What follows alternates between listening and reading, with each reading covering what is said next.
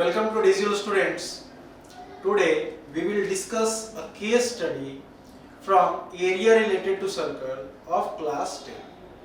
हम लोग एक केस स्टडी डील करेंगे जो आपके क्लास 10 के topic area related to circle पर बेस्ड है। तो केस स्टडी क्या है?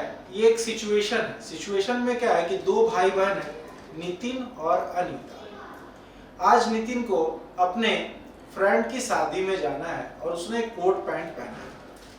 सडनली उसकी बहन आती है और कहती है, hey brother, put the brooch in your coat, it will look nice. अपने कोट पर एक ब्रोच लगा लो, ये बहुत ही सुंदर लगेगा। सडनली नितिन तुरंत रिप्लाई कर दिया, एकदम लेट नहीं किया। क्या कहता है? But sister, I don't have any broach. लेकिन मेरे पास तो कोई ब्रोच है ही नहीं, मैं कैसे लगाऊं?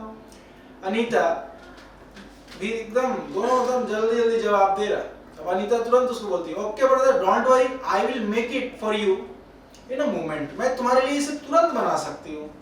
उसका भाई सोच रहा है कैसे बनाएगी, बट अनीता के पास तो सब जुगाड़ है। अनीता के पास क्या है? गोल्डन वायर से, कुछ गोल्डन वायर से।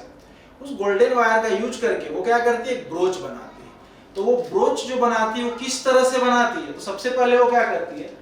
तो सबसे पहला काम वो करती है, she made a circle of diameter 14 centimetre. वो एक सर्कल बनाती है जिसका डायमीटर 14 सेंटीमीटर है। Then he put 4 spokes equal to the length of diameter in it. उसके बाद क्या करती है? इस सर्कल में वो 4 स्पोक्स लगाती है और ये चारों स्पोक्स जो है वो डायमीटर के इक्वल है। डायमीटर का जो लेंथ है 14 सेंटीमीटर, एकदम उसी के इक्वल है।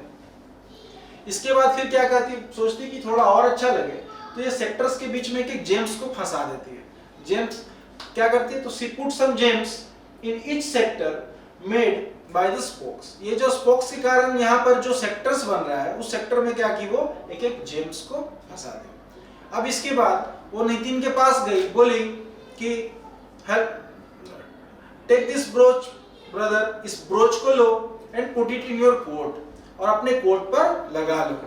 लेकिन अब नितिन जो है वो थोड़ा मजाक के मूड में, थोड़ा अपनी बहन को टेस्ट करना चाहता है। वो क्या कहता है? कहता है, wow sister, it will look nice but I will where it only if you answer my questions. अगर तुम मेरे क्वेश्चंस का आंसर दे देती हो तभी मैं इस ब्रोच को लगाऊंगा। तब उसकी बहन बोलती है, okay then ask whatever you want. अच्छा ठीक है, पूछो जो तुम पूछना चाहती हो। तब उसका भाई उसको कहता है, okay I will ask 5 questions on the basis of this brooch। मैं इस ब्रोच पर बेस्ट 5 क्वेश्चंस तुमसे पूछता हूं। इन 5 क्वेश्चंस का तुम सही जवाब दे दोगी तो मैं ये ब्रोच लगा लूंगा। तो फर्स्ट क्वेश्चन क्या पूछता है? कहता है, what is the radius of this broach. ये जो ब्रोच तुम बनाई इसका रेडियस क्या है?